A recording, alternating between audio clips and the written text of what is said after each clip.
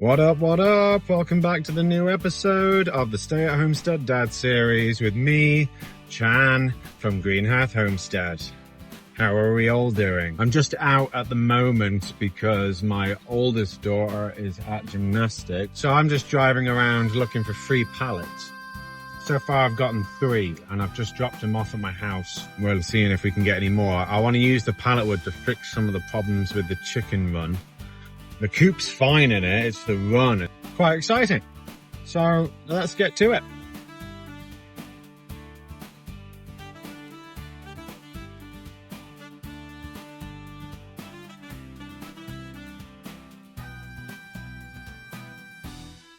So I know that there is like a tiny little industrial estate here. That's where I think I'll get my best luck.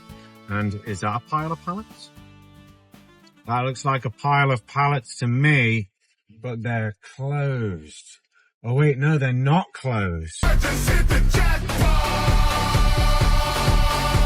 Ooh, I think we've hit the jackpot. Let's go and ask. We're going to ask. See what the story is. Hello, mate. Did I just catch you as you were leaving, did I? There's a pile of pallets over there looking a bit worn and torn. Do you mind if I help myself to them? They're just around the other side of that building. Are they yours? Yeah, we use them. Oh, you use them? Don't worry then, that's fine. Yeah, that's grand. I'd rather ask than pinch. There we go. It's a really nice day as well. Ooh! That's a lot of pallets right there. Is there anyone there? No, I don't think there is. Building sites. That's where the pallets are. I tried one the other week and they said if you came yesterday at the same time, there would have been like 20 of them here. However, we had them all collected yesterday. I was like, oh no. Okay, my phone died, so apologies. But as you can see, I did get a bunch of pallets. I think I've managed to get like 9 altogether. Some of them are a bit tatty. So they're the ones I'm going to cut the panels off and fix the door. However, I'm quite chuffed with the ones we did get. They'll reinforce the walls and stuff, and I'm just trying to make it look a bit more uniform. So the plan is to take off all the metal Mad Max-esque panels and put in the pallets and then paint them like white so they have kind of a rustic picket fence kind of look. Yeah, I just got to get them all out and pile them next to the house for now.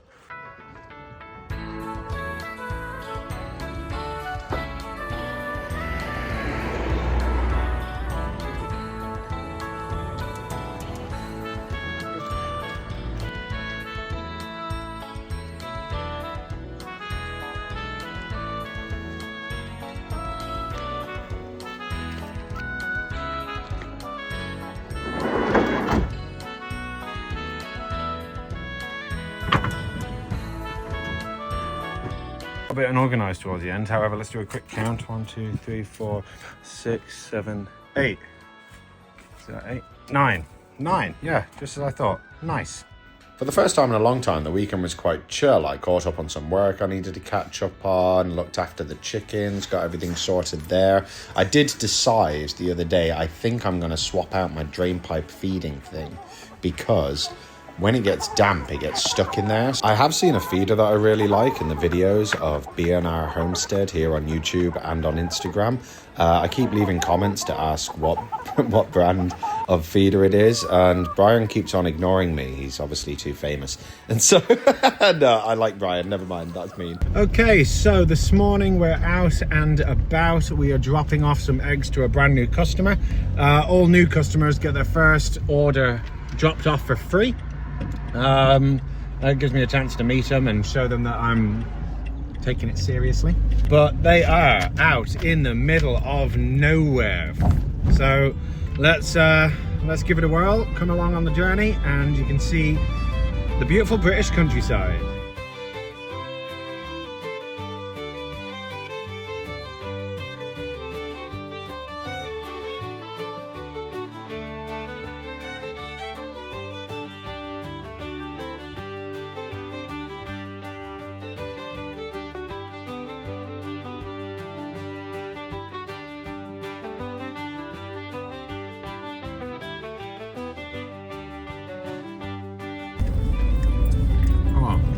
Jealous. What a lovely house.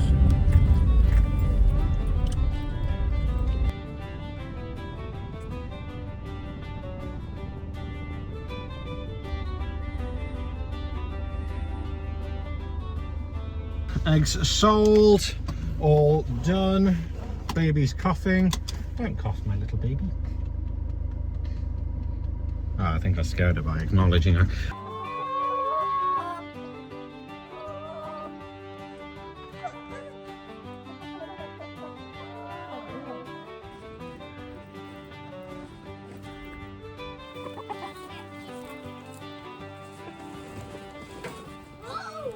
Good morning. It is Wednesday, the 22nd of April, and I have to go into the office today. I'm leaving the house in around 20 minutes. It's currently 7 a.m. and yeah, I don't like going to the office. I actually get on with pretty much everyone I work with, including my manager. However, I'd rather be home. On the bright side though, I do have a bunch of customers at the office that I do sell eggs to every week, so I just do a weekly drop to the office. Here we go, eggs and laptop here, a 9-hour day, and then back home to the family. The main reason I don't like coming to the office is because I feel quite bad for leaving Liv home alone with the kids, the dogs, the homestead, the whole shebang. Yeah, I'm used to it, she's not, so it feels like I'm, you know, throwing her into a pit of lions. So about a week and a half ago, I found out that I've hit 8 years of tenure at my job, which is crazy. It's the longest job I've ever had. However, it really got me thinking. 8 years is so long, such a massive chunk of my life at 30. Now I really am on the home stretch to wanting to quit my job and do the homestead full time. That is the work day done, but bonus points. The warehouse manager said I can take a load of pallets, which ties us back to the start of the episode. What a great day. Look at all this. I just hit the jackpot.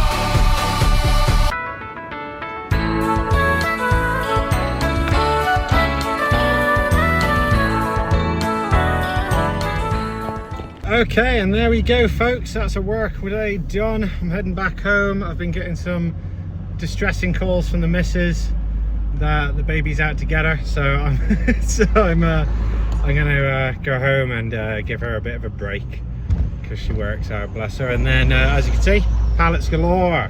What I did this time is I got all the small ones, all the like half-size pallets, because I think that will do the job to run along the edge of the chicken run. So, do you remember a few episodes ago I planted all those sugar snap peas in rockwool for the first time using rockwool, and I was like, oh, what's going on? Why are they going mushy? Size of them now. Hey. Look at that. They got their tendrils out now, so you can tell they need to be held up by something. I'm gonna whack them in the ground. I have these two little bits on either side of the archway, and I've put netting over the archway as well, so we'll get some of this out and scrub them back every flipping year. And the chickens are even sick of it, they don't eat it anymore. Right, there we go. And in my experience, they find what they want to hold on to pretty quick, and then that's it, and you can't stop them, they just grow. Give it a bit of a helping hand. Look at them roots. And that's the ones that we're going to be selling as well. We sell exactly what we grow. So if that's not a testament, I do try my own supply.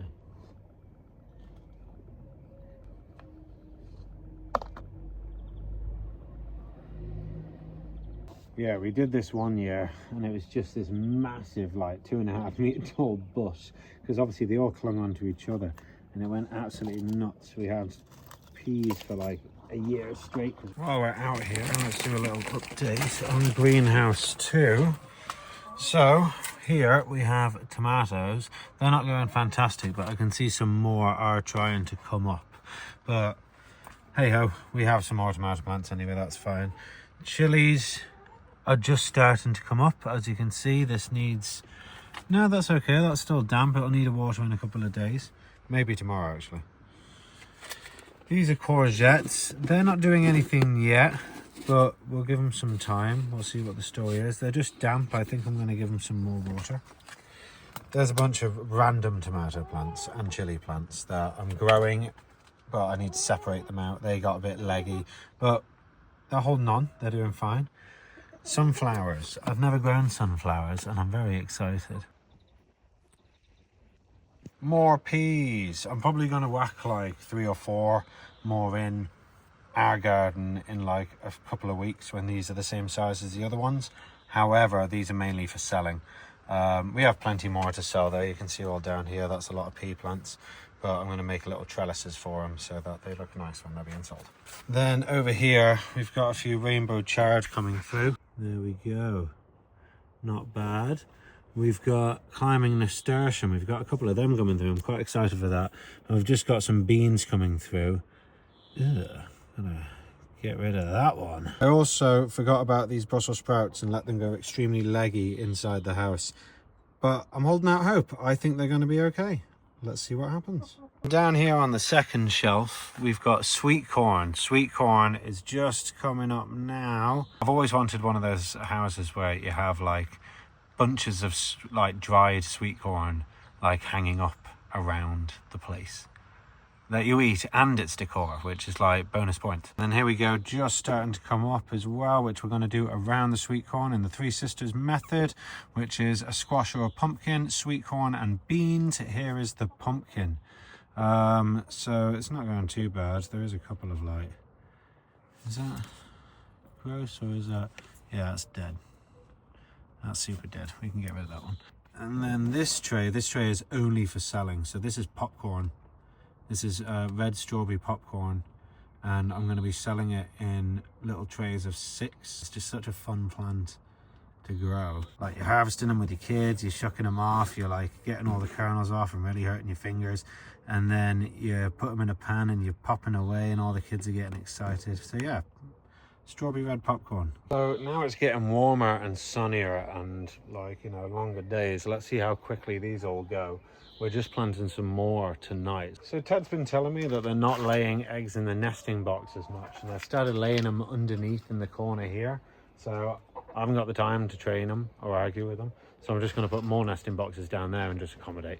So I haven't got the money to pay for new nesting boxes, so I'm going to make them out of buckets and pieces of pallet wood. Okay, so I got a B&Q bucket, some wood screws, the wood, and a drill, and let's see how we're going to put this together.